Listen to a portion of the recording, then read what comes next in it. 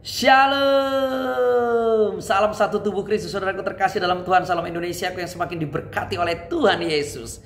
Bagaimana kabar saudaraku terkasih, pencinta channel YouTube Reverend Muhammad Paulus N. Tambunan dimanapun berada?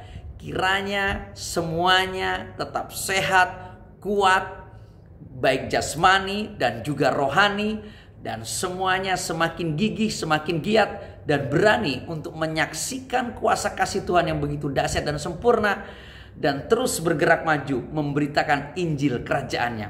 Karena setiap orang perlu mendengar kabar baik.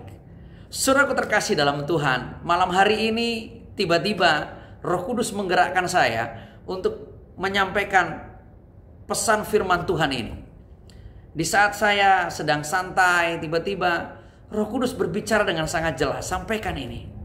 Saksikan apa yang kau temukan selama perjalanan hampir 2 minggu di ladang misi, dari mulai Tapanuli Utara, Tapanuli Tengah, Tapanuli Selatan sampai dengan ujung Pulau Nias. Saya merenung sebentar dan saya katakan, baiklah Tuhan, saya akan sampaikan pesan ini untuk setiap kita semua. Jadi saudaraku terkasih dalam Tuhan, pesan firman ini jelas untuk setiap kita. Bahkan ini pengalaman yang selalu saya temukan di ladang misi, di mana kami pergi memberitakan Injil kerajaannya. Dari Sabang sampai Merauke, dari Sangihe sampai Kota Laut. Dan di perjalanan terakhir yang baru kami selesaikan, dari tanggal 21 sampai dengan tanggal 1, 21 Agustus sampai dengan 1 September. Perjalanan misi yang dimulai dari Kota Siborong-Borong, Tapanuli Utara, Tapanuli Tengah, Tapanuli Selatan sampai ke ujung Pulau Nias. Kami tim misi IRC Indonesia Reaper Center menemukan suatu fakta yang kembali diperjelas oleh Tuhan untuk kami harus menyadari dan mengambil tindakan dan tekad untuk lebih sungguh lagi, lebih giat lagi memberitakan Injil dan memberi supporting system kepada gereja-gereja di setiap daerah-daerah, di pedalaman-pedalaman, di desa-desa. Karena saudaraku terkasih dalam Tuhan, hari-hari ini banyak orang-orang Kristen yang imannya mulai lemah, yang mulai dingin, apinya mulai redup, gereja mulai mengalami yang namanya kesulitan, gereja mulai mengalami banyak pergumulan, sehingga berdampak kepada banyak jemaat yang mereka gembalakan. Mulai dari pergumulan internal, eksternal, sampai dengan finansial. Dan ini membuat kami tim misi IRC, setiap kami pergi ke daerah-daerah, kami merasa punya tanggung jawab. Kami harus menopang, mensupport, memberi dukungan kepada gereja-gereja yang sudah mengalami kelemahan itu. Kami akan berjuang memberikan dukungan itu. Terima kasih untuk setiap saudaraku yang senantiasa mendoakan kegerakan saya bersama tim misi, baik tim misi IRC Indonesia Reaper Center dan Kebangkitan dan Hidup Ministries. Karena Tuhan mengizinkan saya menjadi founder and leader dari 2 lembaga misi itu. Jadi saudaraku terkasih dalam Tuhan, pesan Tuhan malam hari ini yang ingin saya sampaikan tertulis di dalam kitab Wahyu pasal yang ketiga, dimulai dari ayat yang ke-14 sampai dengan ayat yang ke-22. Saya bacakan untuk kita semua. Kepada jemaat di Laodikia, beginilah firman Tuhan. Dan tuliskanlah kepada malaikat jemaat di Laodikia, inilah firman dari Amin, saksi yang setia dan benar, permulaan dari ciptaan Allah. Aku tahu segala pekerjaanmu, engkau tidak dingin dan tidak panas. Alangkah baiknya jika engkau dingin atau panas. Jadi karena engkau suam-suam kuku dan tidak dingin atau panas, aku akan memuntahkan engkau dari mulutku. Karena engkau berkata, aku kaya dan aku telah memperkayakan diriku, dan aku tidak kekurangan apa-apa. Dan karena engkau tidak tahu bahwa engkau melarat dan malang, miskin, buta dan telanjang, maka aku menasihatkan engkau supaya engkau membeli daripadaku emas yang telah dimurnikan dalam api, agar engkau menjadi kaya. Dan jika pakaian putih, supaya engkau memakainya, agar jangan kelihatan ketelanjanganmu yang memalukan. dan lagi minyak untuk melumas matamu, supaya engkau dapat melihat. Barang siapa kukasih ia kutegur dan kuhajar. Sebab itu relakanlah hatimu dan bertobatlah. Lihat, aku berdiri di muka pintu dan mengetok. Jikalau ada orang yang mendengar suaraku dan membukakan pintu, aku akan masuk mendapatkannya, dan aku makan bersama-sama dengan dia, dan ia bersama-sama dengan aku. Barang siapa menang, ia akan kududukkan bersama-sama dengan aku di tahtaku. Sekali lagi, barang siapa menang, ia akan kududukkan bersama-sama dengan aku di atas tahtaku, sebagaimana aku pun telah menang dan duduk bersama-sama dengan Bapakku di atas tahtanya. Siapa bertelinga, hendaklah ia mendengarkan apa yang dikatakan Roh kepada jemaat-jemaat. Amin. Jadi saudaraku terkasih dalam Tuhan, ada satu bagian yang saya temui bersama tim misi di setiap pergi ke daerah-daerah misi, dari kota, desa, pedalaman, lembah, gunung, pulau-pulau, bahwa banyak orang Kristen, banyak gereja-gereja Tuhan yang sudah mengalami yang namanya suam-suam kuku. Tidak lagi panas menyala apinya Tuhan di dalamnya, bahkan dingin pun tidak. Jadi suam-suam kuku. Dan ini sangat berbahaya untuk iman Kristen. Dan ini sangat berbahaya untuk kondisi masa depan gereja Tuhan, untuk kondisi masa depan kekristenan kita. Karena yang suam-suam kuku itu yang dimuntahkan oleh Tuhan. Kalau dingin jelas Tuhan akan binasakan. Kalau panas jelas Tuhan akan berkenan. Tapi suam-suam kuku Tuhan akan memuntahkan dari mulutnya. Dan kita tidak mendapat bagian di dalam Tuhan. Kenapa banyak gereja, kenapa banyak orang Kristen hari-hari ini mengalami yang namanya kondisi iman yang suam-suam kuku, saudaraku? Karena minimal ada 3 faktor, saudaraku. Yang pertama adalah dari dalam dirinya. Karena dia tidak bergaul karib dengan Tuhan. Karena dia tidak melekat dengan Tuhan. Gereja itu sudah tidak lagi membangun hubungan intim dari mulai gembala, pengerjanya, dan semuanya dengan Tuhan. Tidak melekat lagi dengan Tuhan. Dan yang kedua, karena faktor eksternal yang menerpa. Mungkin kondisi lingkungan, tempat, daerah terpencil, dan semuanya. Dan yang ketiga adalah karena kondisi finansial. Kami tim misi IRC yang punya kemampuan sangat terbatas. Maka melalui video ini saya sangat mengucapkan terima kasih melalui tim misi yang saya pimpin. Untuk setiap dukungan saudaraku terkasih pencinta channel YouTube Free Friend Muhammad Paulus N. Tambunan. Dan untuk setiap dukungan dana yang saudaraku berikan melalui rekening misi. Sekali lagi saudaraku terkasih dalam Tuhan, saya sungguh mengucapkan terima kasih yang sebesar-besarnya untuk setiap dukungan saudaraku terkasih, untuk tim misi yang saya pimpin. Karena kami terus belajar bergerak maju tanpa henti untuk terus memberitakan Injil Kerajaan, untuk terus meneguhkan firman, untuk terus menyatakan kuasa kasih Tuhan dan menopang gereja-gereja di daerah-daerah dan pedalaman-pedalaman. Terima kasih sekali lagi untuk setiap dukungan doa saudaraku. Sangat memberkati kami. Dan juga terima kasih untuk setiap dukungan dana saudaraku yang senantiasa saudaraku berikan melalui rekening misi yang selalu saya tuliskan di deskripsi di beberapa video yang saya bagikan. Tidak selalu di setiap video, hanya di beberapa video yang saya bagikan.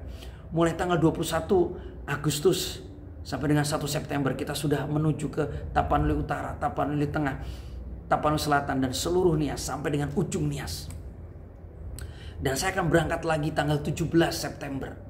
Saya akan berangkat tanggal 17 September sampai dengan akhir September menuju ke Sumatera Selatan, Lampung, Banten, dan juga Jawa Tengah.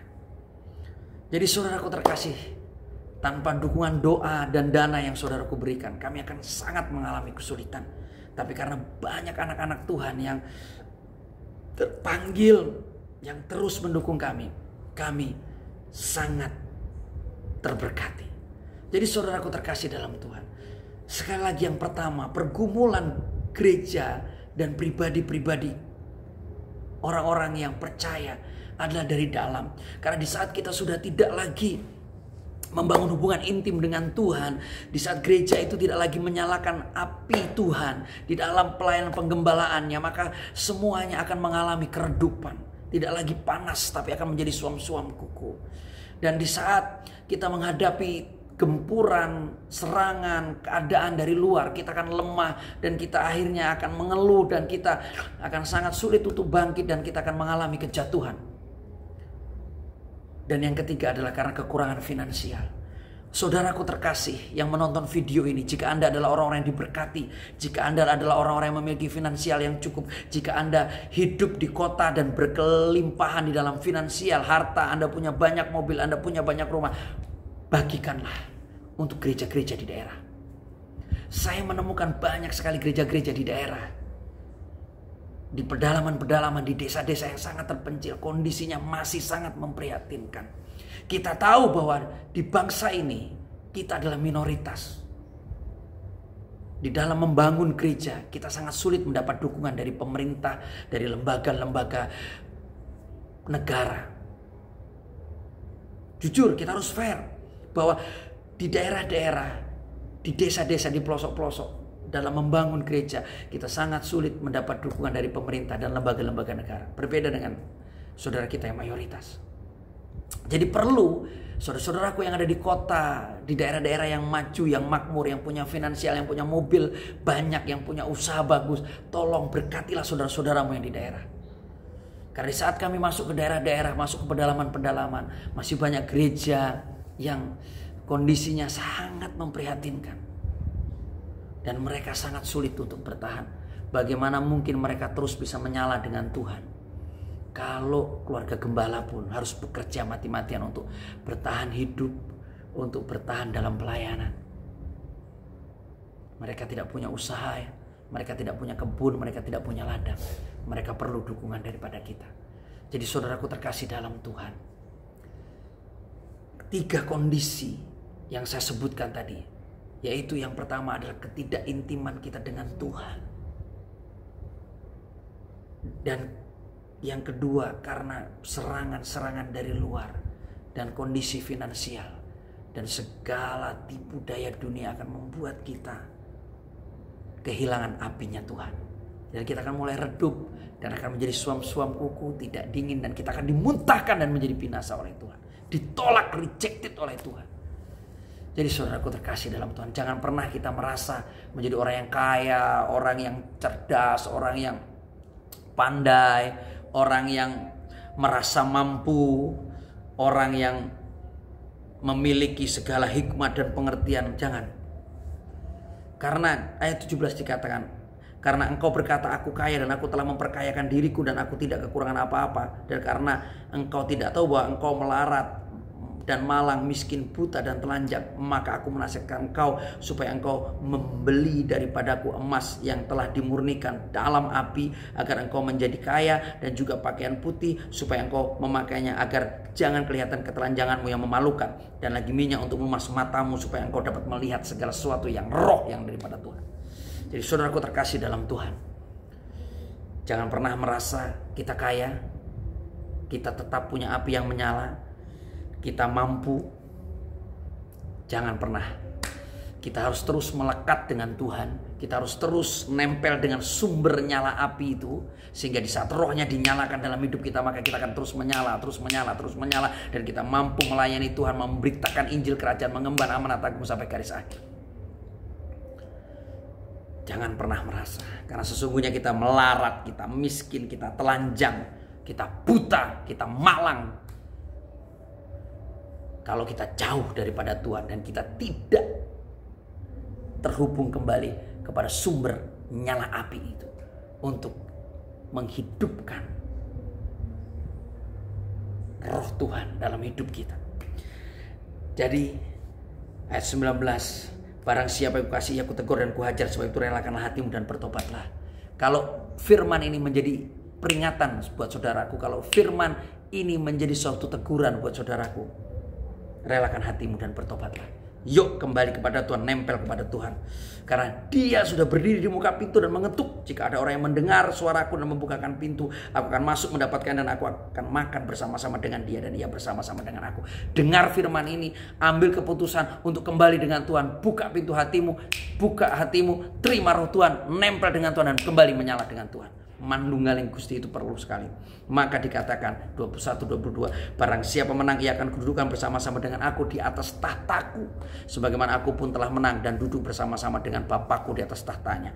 Siapa bertelinga hendaklah yang mendengarkan apa yang dikatakan Roh kepada jemaat-jemaat. Amin. Ini pesan Tuhan, Roh Kudus yang memerintahkan saya dan saya sampaikan kepada Anda. Mungkin video-video ke depan kita akan terus membahas kitab Wahyu. Kita akan berbicara tentang kitab Wahyu yang gak bisa main-main lagi. Tapi jangan sesuka hati kita menerjemahkan suka-suka kita, menurut pandangan kita, menurut mimpi-mimpi kosong kita. Tapi kita akan kembali kepada kebenaran firman yang hidup. Jadi saudaraku, untuk menyelamatkan hidup kita, untuk menyelamatkan iman kita, untuk mendapatkan kehidupan kekal sampai dengan selama-lamanya, hanya satu hal yang harus kita ingat. Teruslah menyala-nyala. Roh Tuhan terus menyala-nyala di dalam kita. Kita terus menyala-nyala melayani Tuhan.